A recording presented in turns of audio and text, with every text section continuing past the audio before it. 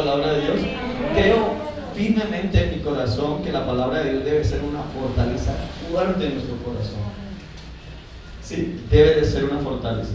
El Señor le dijo a Josué, le dijo: nunca se aparte de tu boca este libro de la ley, sino que de día y de noche medites en él, para que guardes y para que hagas conforme a todo lo que en él está escrito, porque entonces harás prosperar tu camino. ¿Y qué? Y todo te saldrá bien. Nuestra sociedad, nuestras vidas están hechas un caos, pero la pregunta es sencilla. ¿Sabe por qué está hecha un caos nuestra sociedad? ¿Sabe por qué está hecha un caos nuestra familia? Sencillo, porque estamos viviendo lejos de la palabra de Dios. Esa es la verdad. Estamos lejos de Dios. Un hombre un día nos hizo una pregunta en una reunión, y la pregunta fue la siguiente: o usted camina con Dios o camina con el diablo. Con alguno de los dos usted tiene que caminar. Muchos de nosotros dicen: pues yo camino con Dios. Pero ¿cómo usted me puede decir que camina con Dios si vive alejado de la palabra de Dios? Entonces estamos en desobediencia, y por eso es el resultado de nuestras vidas, de nuestros hogares. Sé, escuchen bien, que muchos corazones en ese momento están totalmente vacíos, están tristes, están melancólicos, ¿sí? ¿Por qué estamos así? Porque no estamos haciendo la voluntad de Dios. Cuando tú y yo no hacemos la voluntad de Dios, algo sucede en cada uno de nosotros, y es sentirnos inconformes con todo lo que hacemos y no le encontramos ese sentido a la vida. Por eso hay personas que dicen: ¿para qué vivir? Hay muchas personas que se suicidan porque no le encuentran ¿qué? Sentido a la vida. Pero déjame decirte algo, que cuando eso pasa en la vida de las personas, y cuando las personas se acercan a Dios, créanme, le encuentra uno sentido a la vida. Yo soy Luis Carlos Castro, soy de los que disfruto cada momento, de los que yo me voy, cojo mi bicicleta, como algunos de ustedes saben, y me voy y miro todos esos paisajes y digo: gracias Dios por esos árboles, gracias Dios por ese río, gracias Dios por esos pastizales. Me quedo mirando: gracias Dios por ese olor a campo.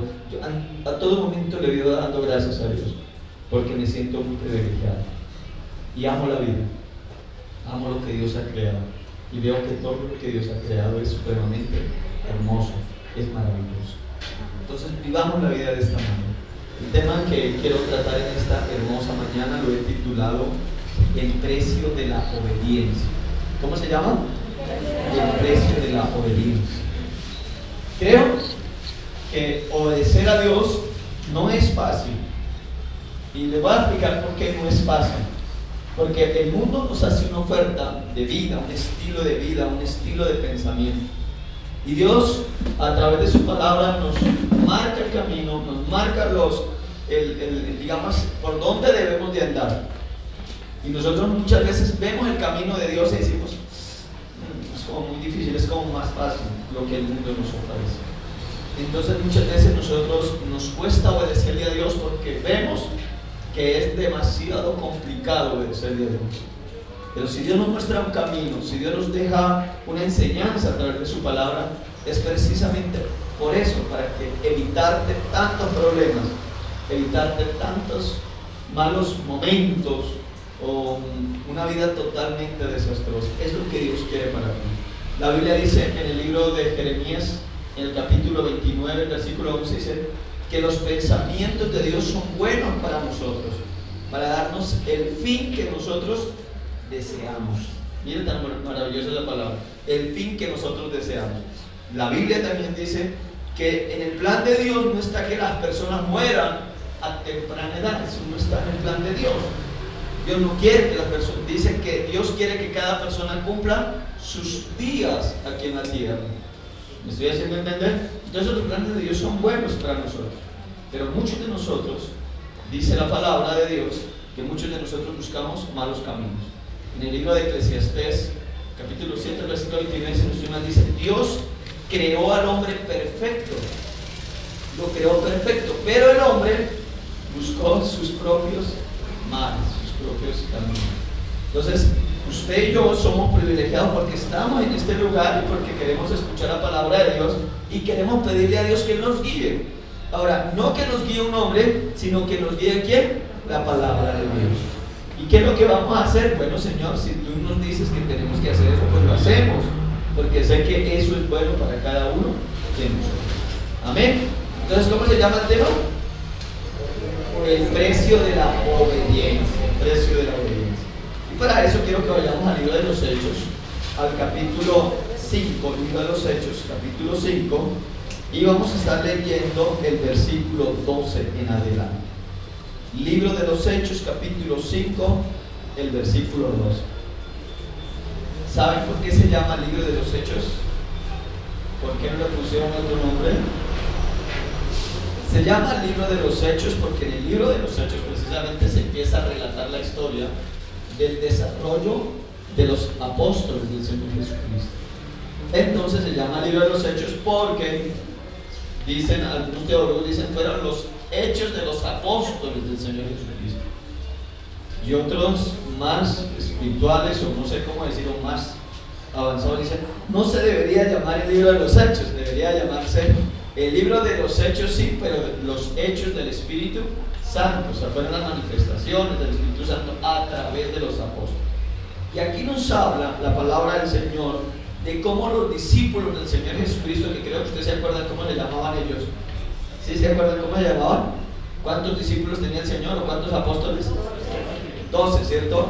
12. Y el último que escogieron, porque eran 12 con Judas, ¿cómo llamaba el último que escogieron en el libro de los Hechos? Matías, excelente. Entonces, dice la Biblia, dice la palabra del Señor, que ellos, después de que el Señor asciende a los cielos, les dice a ellos, quédense en Jerusalén. ¿Dónde se tenían que quedar? En Jerusalén. No se muevan ahí de Jerusalén hasta que sean revestidos de lo alto. O sea, hasta que el Espíritu Santo descienda sobre ustedes.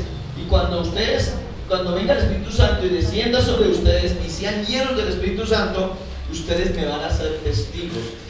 ¿Dónde? En Jerusalén, en Judea, en Samaria y hasta lo último de la tierra. Esa era la promesa que ellos tenían que esperar, que fueran revestidos por el Espíritu Santo. Efectivamente, en el libro de los Hechos capítulo 12 eso sucedió. ¿Se acuerdan? El día de Pentecostés.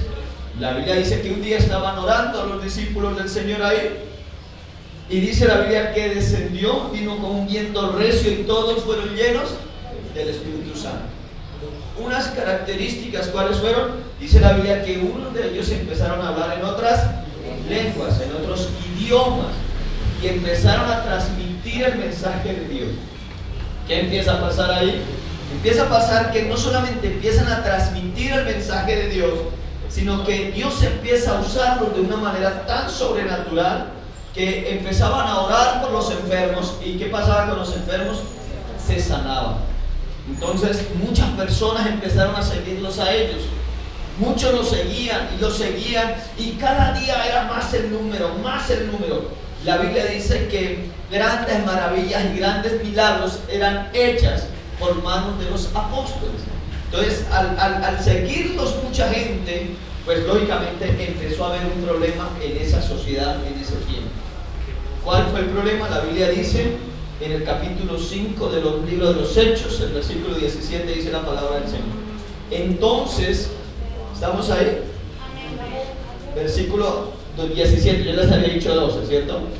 Bueno, leámoslo del 12 que nos aclara un poquitico más, ¿sí? Dice, y por mano de los apóstoles se hacían muchas señales y prodigios en el pueblo, y estaban todos unánimes en el pórtico de Salomón. De los demás ninguno se atrevía a juntarse con ellos, mas el pueblo los alababa grandemente. O sea, ellos se ganaron el favor del pueblo, el cariño del pueblo. ¿Por qué? Porque pues hacía Dios muchos milagros a través de ellos. Entonces la gente, ¿qué pasó? Empezó a quererlos. Ay, los apóstoles, vamos allá.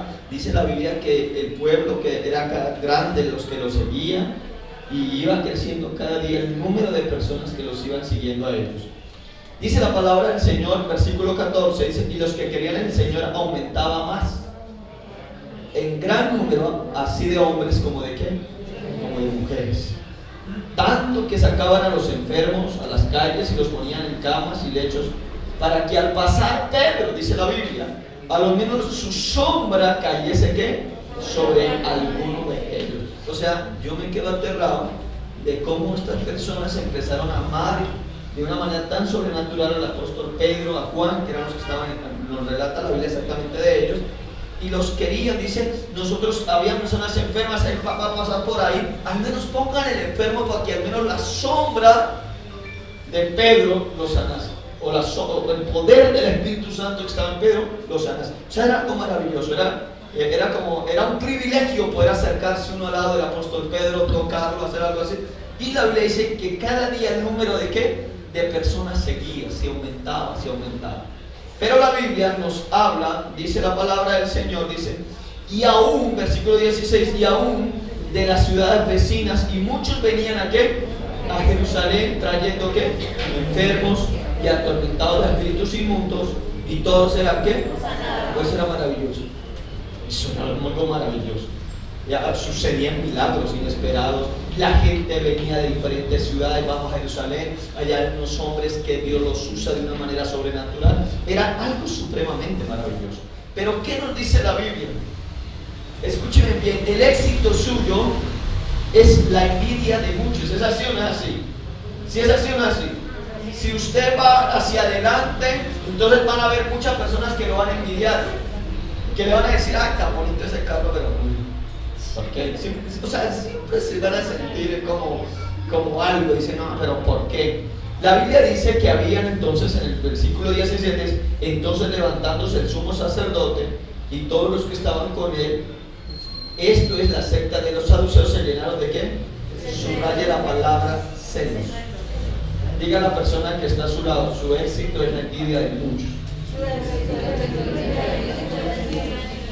Pero la envidia es mejor despertar que se. Escúcheme bien lo que le voy a decir. El éxito de su hogar es la envidia de muchos. Y muchos quieren la destrucción de su vida, la destrucción de su hogar. Es así. No sé por qué, pero nosotros los seres humanos tenemos ese problema de ser ¿qué? Envidiosos y de ser celosos. ¿Es así o no es así? ¿Somos envidiosos? ¿Aquí hay envidiosos? Sí, ante la mano. Sí, somos envidiosos, sí. Somos envidiosos y somos celosos. Entonces, eso es algo natural del ser humano. Eso es algo, o sea, el ser humano, desde que cayó por naturaleza celoso, ya es que envidioso. Entonces la Biblia nos dice que el sumo sacerdote se llenó de celos, dice la Biblia, y los que estaban con él, y nos da el centro de quiénes son ellos. ¿Sabe quiénes eran ellos? Los saduceos. Ahora, ¿quiénes eran los saduceos? Es la pregunta. Era la organización, una organización que pertenecía al Sanedrín. ¿Sí me van a entender? O sea, a la parte de gobierno religiosa en el pueblo de Israel. Y estas personas eran personas de la alta influencia o de la alta sociedad. Para pertenecer a ese grupo de los saduceos se necesitaba tener muchísimo dinero. O sea, era una persona, no podía cualquier persona, un pobre, pertenecer a ese grupo. Pero este grupo veía que cada día el templo, las reuniones que ellos hacían, iban menos personas, y las personas seguían ¿a quién? ¿A quiénes seguían las personas? A Pedro y a Juan. Entonces cada vez era más la multitud que seguía a Pedro y a Juan que los que iban a las reuniones de los saduceos. Entonces ellos empezaron a sentir que estaban perdiendo el poder, que estaban perdiendo el control sobre la sociedad.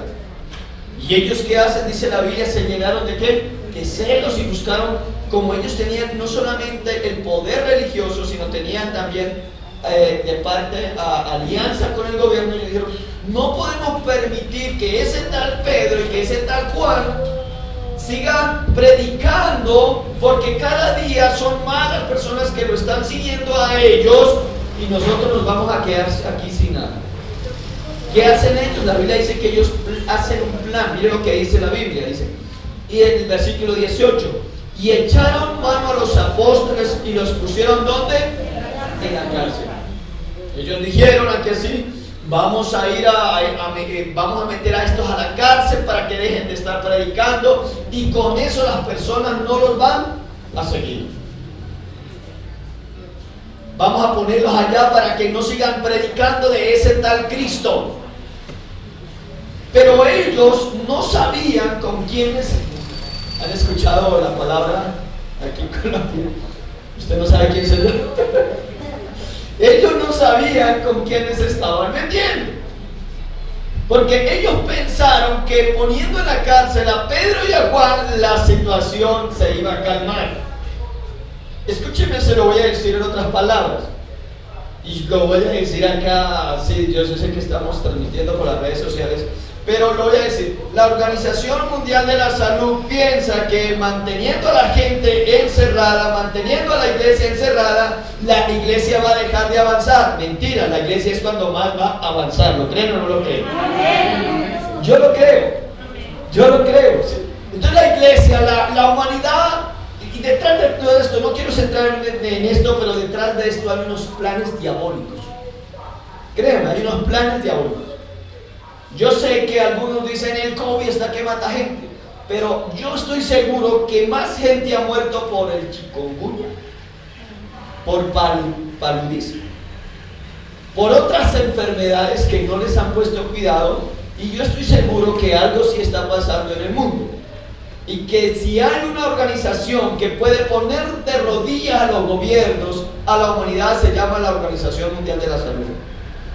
Puso de rodillas a todos, pero nunca podrá poner de rodillas a la iglesia de Cristo, porque la iglesia de Cristo se pone de rodillas ante su Señor y su Salvador. ¿Lo creemos o no lo creemos? Por eso yo digo a la iglesia, no tengan miedo. Ustedes saben que los perros muerden a quienes. Los que tienen miedo. Entonces, aprenda eso. Entonces la Biblia dice que los pusieron en la cárcel. Dijo, vamos a ponernos en la cárcel.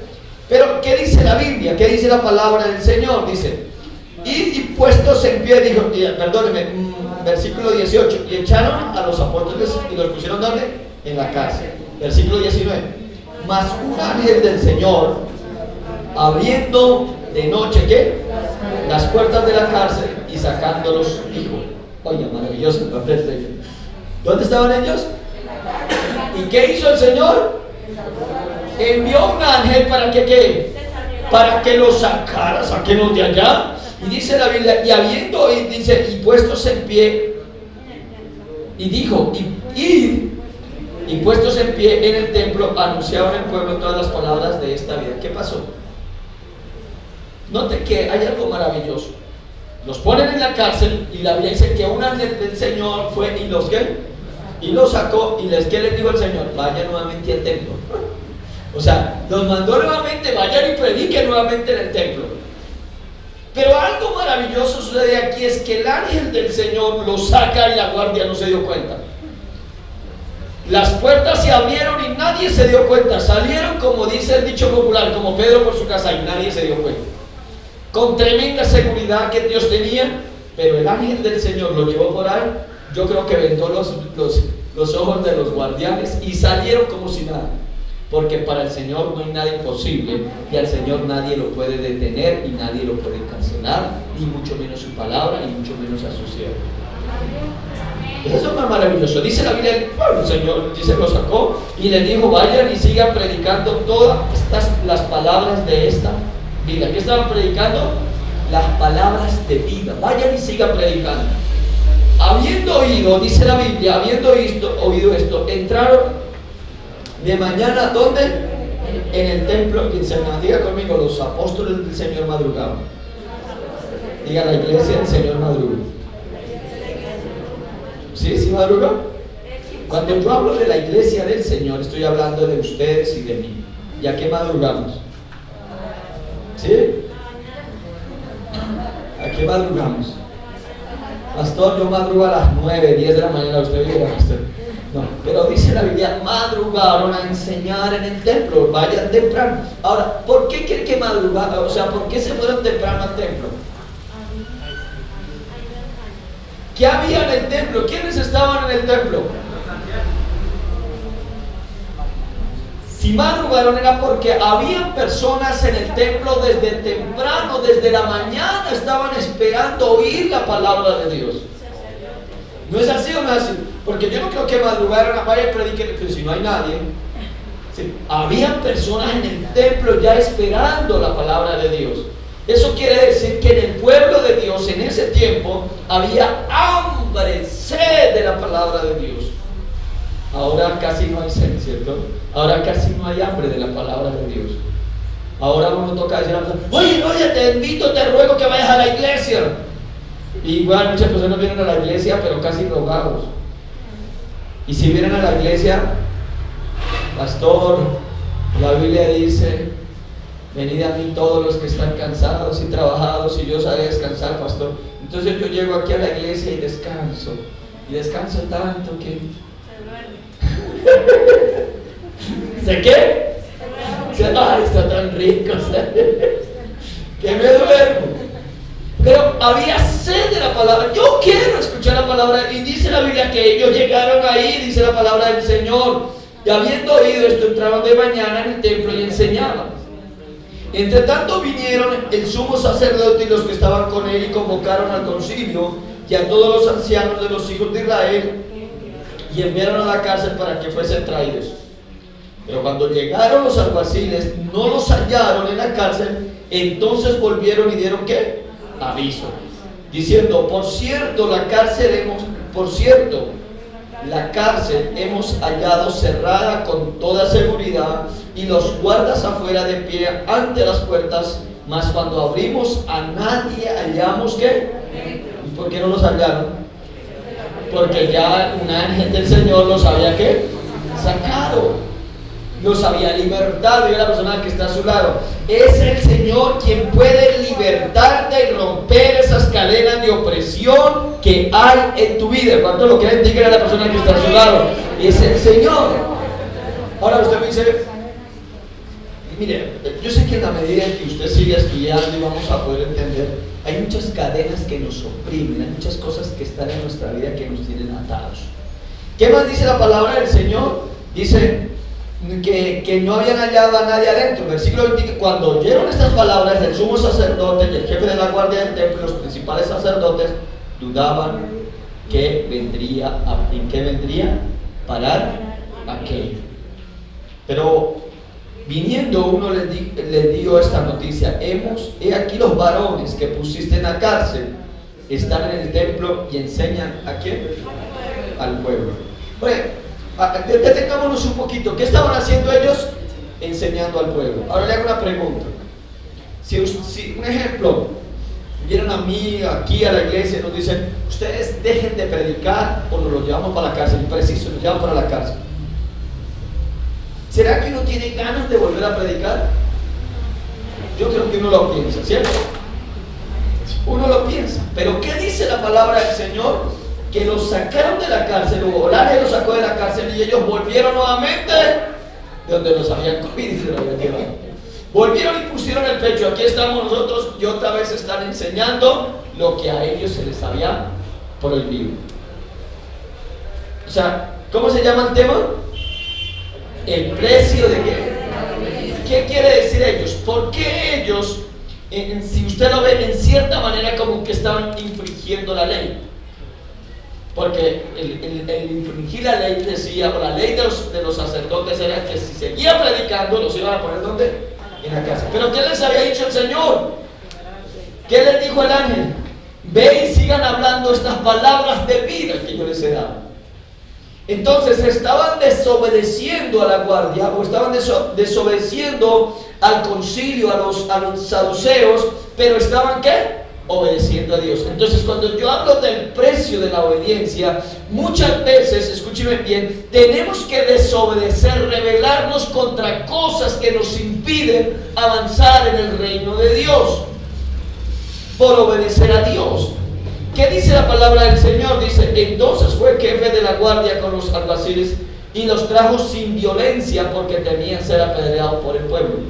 El pueblo quería, el pueblo amaba a Pedro y a Juan.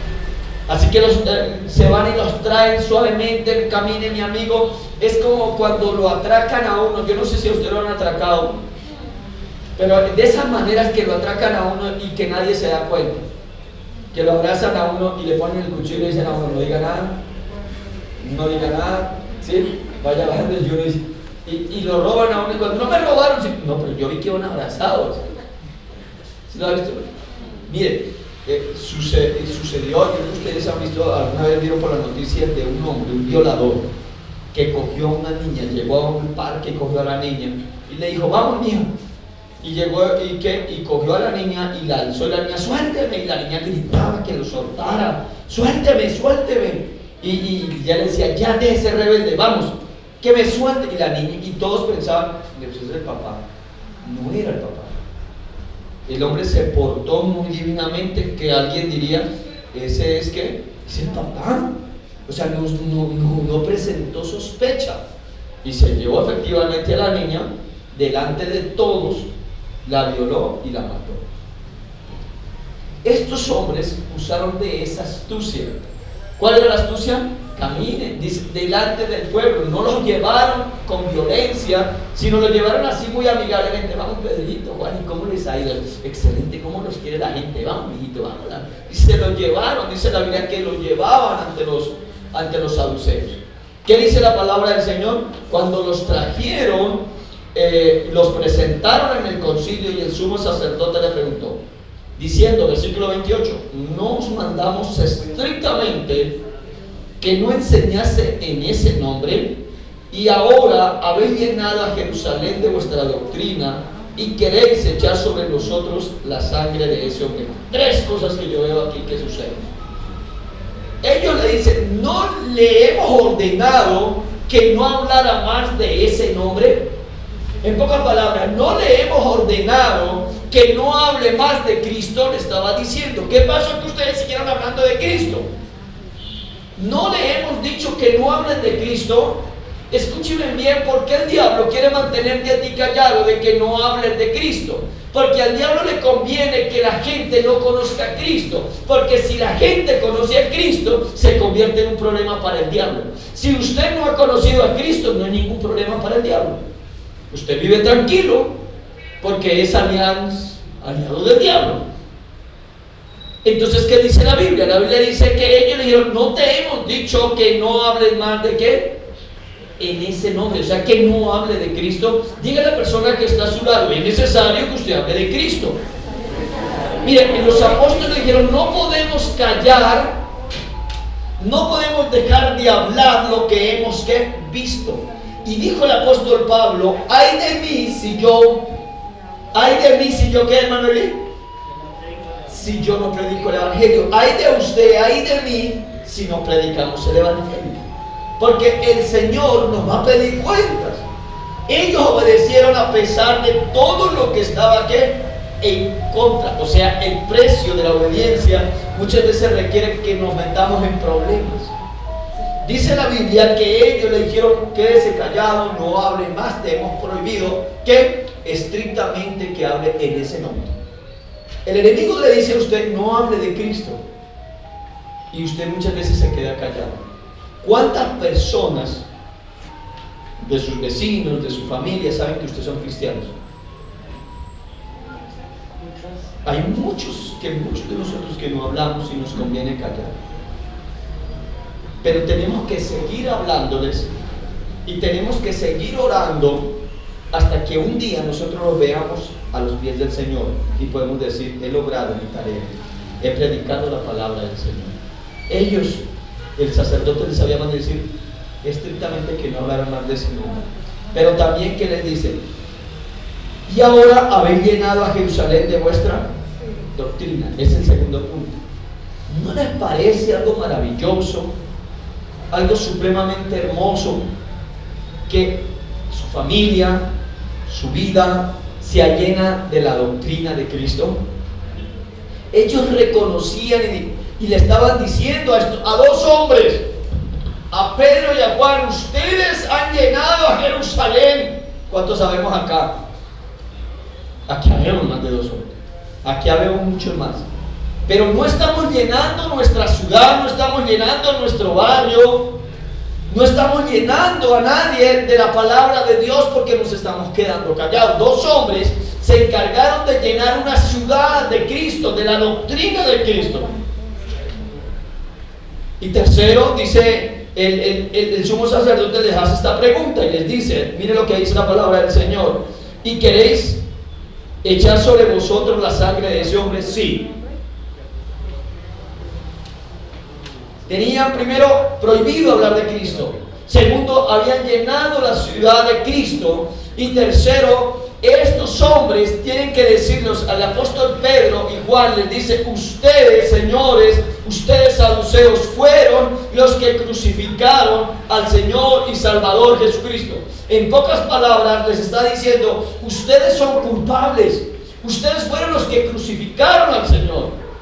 ¿Eso qué quiere decir? Que ellos, a pesar de que tenían todo en contra, no cambiaron su mensaje. El mensaje de ellos es: ustedes son pecadores, ustedes son culpables, ustedes son los únicos responsables de la muerte de Cristo. Lo voy a decir en otras palabras: usted y yo somos los responsables ¿de qué? De la muerte de Cristo. Usted y yo. Y ese mensaje, yo sé que a muchos no les gusta. Yo sé que muchas personas dicen: pero es que yo no he hecho nada malo. Pero es que yo, ¿a quién me hago mal? No, mi amado hermano, Cristo vino a dar su vida en la cruz del Calvario por usted. ¿Pero por qué la quiso dar por usted? Porque usted y yo somos pecadores. Porque usted y yo infringimos la ley. No guardamos la ley de Dios. Y como no la guardamos, el Señor vino a dar su vida por ti y por mí, para que seamos salvos ahora por gracia, por fe. Pero muchas veces nosotros no nos gusta caminar en obediencia, porque nos gusta, escúcheme bien, agradarle más al mundo a veces que agradarle a Dios. Esa es la verdad. Porque ¿qué dirá el mundo? Porque ¿qué dirán las personas? Y no nos gusta agradarle a Dios, sino más agradarle al mundo. Y el precio de la obediencia es que no se debe de cambiar el mensaje. Usted y yo debemos de decir a las personas con todo respeto, pero se los vamos a decir: si usted no anda bien en los caminos del Señor, si hay una persona que está en adulterio, no es que lo estemos juzgando, pero le estamos diciendo: hermano, usted está en adulterio, y como está en adulterio, la Biblia enseña que usted se va a ir para el infierno. O no lo dice la Biblia, lo dice o no lo dice la Biblia. Hermano, usted está andando mal. Usted tiene que obedecer a Dios, aunque el obedecer a Dios implica que usted tiene que dejar cosas que usted sabe que no le agradan a Dios. Usted sabe que no le agradan y usted debe de dejar, porque está en riesgo su alma, está en riesgo su vida. Y tal vez aquí no sintamos la magnitud de esto, pero cuando estemos allá, escúcheme bien, cuando estemos allá y Dios, por la misericordia de Dios, ojalá ninguno nos perdamos, vamos a entender el valor de nuestra alma, el valor de la vida, y que perdimos nuestra salvación por cosas que realmente no valían la pena. Esto es tremendo, esto es delicado. Entonces dice la palabra del Señor, respondiendo, versículo 29, respondiendo Pedro y los apóstoles dijeron: es necesario obedecer a Dios antes que a los hombres. ¿Es necesario obedecer a quién? A Dios primeramente. Es necesario obedecer a Dios primeramente antes que a los hombres.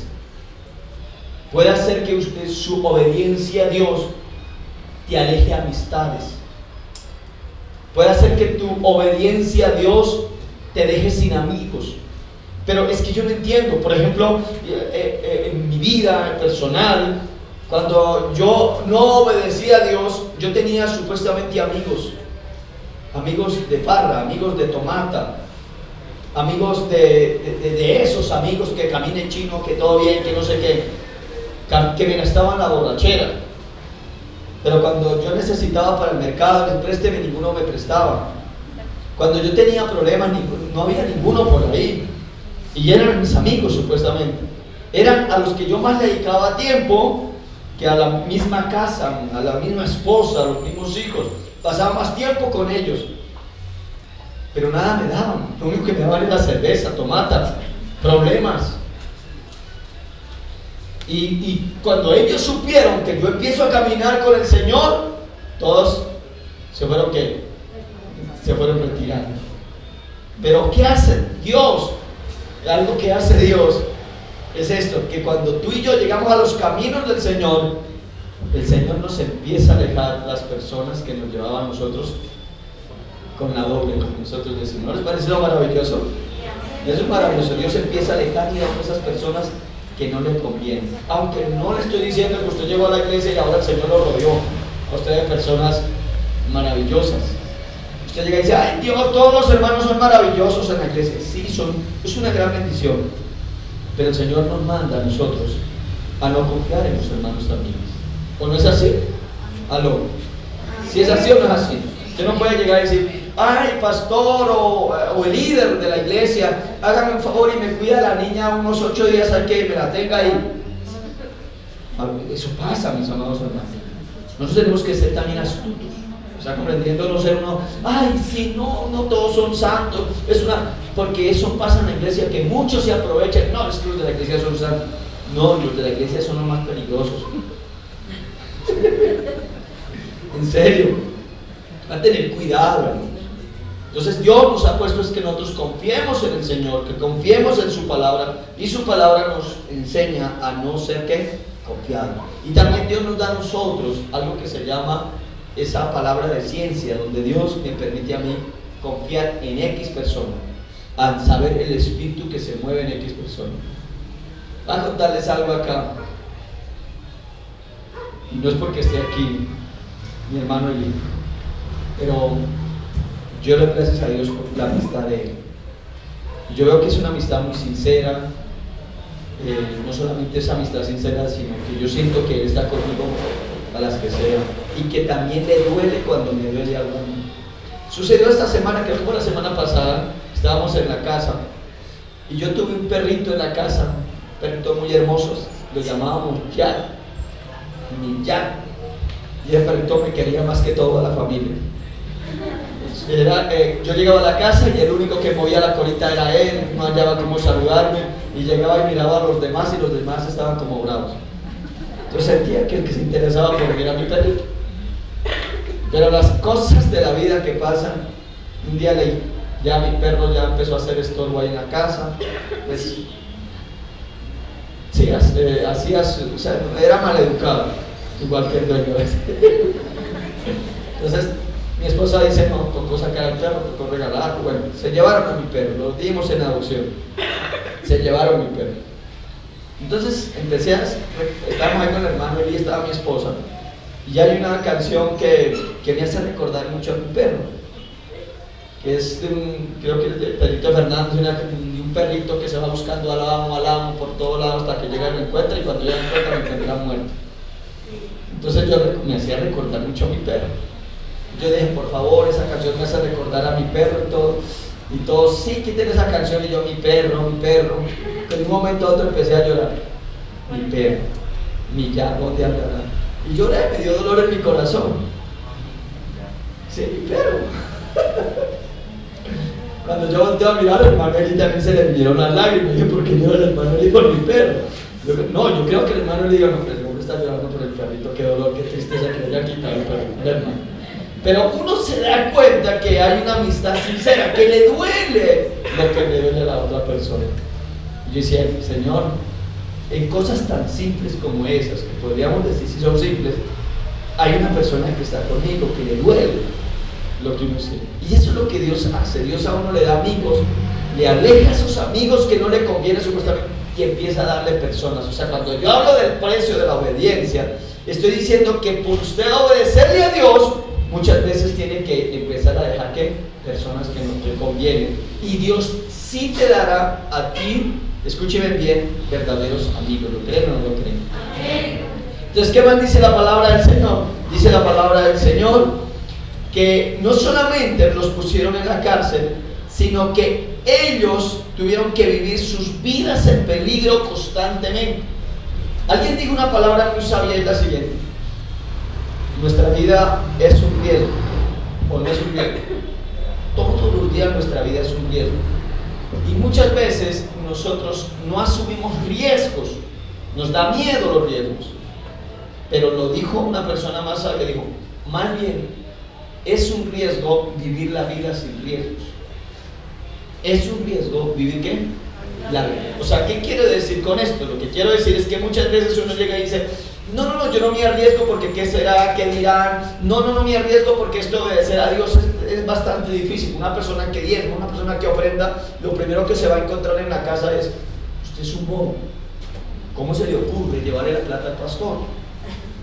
Eso es lo que dice, no es así, pero mire su necesidad. Pero es que yo no le estoy obedeciendo al pastor, es que no es el mensaje del pastor, es lo que nos dice que, es lo que nos dice la palabra de Dios. Y yo no estoy agradando al pastor, sino estoy agradando es a quién, es a Dios, con mis actitudes, con mi ofrenda, con mis... Yo agrado es a Dios. ¿Qué le dice el hombre, el mundo? Le dice a usted, el mundo le dice al hombre, oye, usted es el hombre en la casa, usted es el que manda, usted es el rey de la casa, no se la deje montar de la mujer. Vamos, dale duro a la mujer. En mi época, en mi juventud, allá los hombres eran, mejor dicho, los malos, a la mujer la mandaban a callar. La mujer no podía hablar, no podía opinar. Le contaba algún día, un hombre me decía que llegó un hombre a hacer un trabajo en una casa y llegó y le dijo a la mujer, le dijo, amor, pero es que a mí me gustaría que... Llegó el hombre y le dijo, cállese, usted no puede opinar, ya sabe. Así, no, eso era el machismo, eso es lo que había. Pero cuando yo llego a la iglesia, Dios me dice, deja de ser machista y ahora en adelante usted lo que va a hacer es que a vivir sabiamente con ellos. El apóstol Pedro, este hombre, escúcheme bien, que me quedé pensando por un momento en el apóstol Pedro, y usted sabe que el apóstol Pedro era iracundo, era muy enojado. ¿Quién es que lo va a tocar al maestro? Mi vida pondré por ti. O sea, era el acelerado, era el que preguntaba, era de todo. Pero el apóstol Pedro, transformado por el poder del Espíritu Santo, nos da un consejo a todos los hombres. Levanten la mano los hombres que hay acá, los que tienen esposa. Y el consejo que nos dio es: vivan sabiamente con ellos. En pocas palabras, no cualquiera puede vivir con una mujer. No, se necesita ser sabio para vivir con su esposa. Y entonces yo le preguntaba: oiga, Señor, y de la boca que salió del apóstol Pedro, dice, dándonos un consejo a nosotros los hombres que vivamos sabiamente con ellas. Y yo dije: ¿qué es vivir sabiamente con una mujer? Sea sabio, trátela con sabiduría. Y dije: no, Señor, pues esto es demasiado difícil. Todos ustedes saben que las mujeres tienen unas épocas que uno dice: ya, de verdad, esta es la mujer que yo me casé, ¿qué pasó? Sí, ¿entiendes? Uno se queda pensando y dice: no, eso me ha pasado a mí. Digo: Dios mío, pero no, como que no me la aguanto, como que yo más bien me voy, no, Señor. Pero entonces recuerdo la palabra que viene y me dice a mí: vivir. Es como ese angelito, como algo que dice: vivir sabiamente, hijo, con ella. Y entonces a veces vivir sabiamente es uno quedarse callado. Sí, amor, está bien, tú tienes la razón. Sí, a veces uno quedarse callado. Sí, entonces ya déjale. Sí, Señor, está bien, vamos a vivir sabiamente con él. Y le dice a uno el apóstol Pedro: no solamente viva sabiamente con ella, sino trátela como vaso. Imagínense, trátela con cuidado. Amor, ¿cómo está? Sí, o sea, háblale con cuidado. Eso nos cambió, no es así. Pero cuando estábamos en el mundo, ¿qué nos decía? Que va, quítese de aquí o la vaya para allá. Sí, pero eso hizo Dios con nosotros. Entonces, ¿qué hacemos nosotros como cristianos? Obedecemos a Dios, aunque eso tenga ¿qué? Un precio. O sea, Dios me dice: trátela con cuidado. Vamos a tratarla con cuidado. Ya a veces, listo, está bien, Señor. Con cuidado. Porque es lo que yo me he dado cuenta, y las mujeres van a decir: pastor, lo que usted está diciendo es mentira, pero algo que yo me he dado cuenta es que uno le hace algo a una mujer, 30 años después se lo recuerda a uno bien. Me acuerdo ese día cuando usted me dijo, usted me miró, y exactamente ese día estaba haciendo sol, ese día estaba ahí, ¿se acuerda? Esa persona estaba vestida de esta cachucha, de este color, de este no sé qué, y le sacan a uno todo y dice: ¿de verdad usted se acuerda de todo eso? Yo pensé que sabían que ella se acuerda. Las mujeres dicen que no es histérica, sino es historiadora. O sea, se acuerda bien de la historia. Entonces, pero Dios en su amor y en su misericordia nos dice, bueno, aunque hay unas mujeres que sean caldo, dijo mi hermano el baby, uy, es que sean caldo. Pero, ¿qué hacemos nosotros los hombres? Tenemos que orar por ellos. ¿O no? Vosotros, maridos, vivís sabiamente con ellas para que ¿qué? ¿No se acuerdan de la palabra? Para que vuestras oraciones ¿qué? Para que vuestras oraciones no tengan ¿qué? Yo no creo que usted pueda orar bien cuando está peleando con su esposo. No, eso no. Entonces el precio de la obediencia a veces es que, Señor, está bien lo que usted dice es verdad, y contenerse uno y decirle, Señor, ayúdame, y el Señor le empieza a ayudar. El Señor se empieza a glorificar de una manera especial. ¿Qué pasó aquí con el apóstol Pedro y Juan? Ellos siguieron adelante a pesar de las oposiciones, a pesar de todo lo que tenían en contra. Ellos no se quedaron callados, porque ellos sabían quién los había llamado, a quién tenían que rendirles cuenta. Y una persona que ha nacido de nuevo, escúcheme bien, una persona que realmente ha nacido del Espíritu, es una persona que todos los santos días se preocupa por agradarle a Dios. Es una persona que se levanta y dice gracias Dios. Es una persona que puede salir y puede encontrar un problema. La persona dice, no Dios, gracias Señor, enséñame obediencia, enséñame Señor prudencia, enséñame Señor a no meterme en problemas, enséñame Señor a dejar, a elegir a mis amistades, enséñame Señor en todo. Y esa es la manera en que Dios le empieza a uno a ayudar. Pero la idea es que el que es nacido de nuevo obedece. El que no es nacido de nuevo, de malas. ¿Por qué? De nada, no, olvídese, yo aquí soy el que manda, y yo soy aquí, no, olvídese, no voy a hacer. Entonces, Dios nos está enseñando a nosotros a llevar una vida de mucha bendición, pero que sea de agrado a Él. ¿Estamos de acuerdo? Como les dije, o usted agrada a Dios o agrada al diablo. Escoja. O usted agrada al mundo o usted agrada a Dios.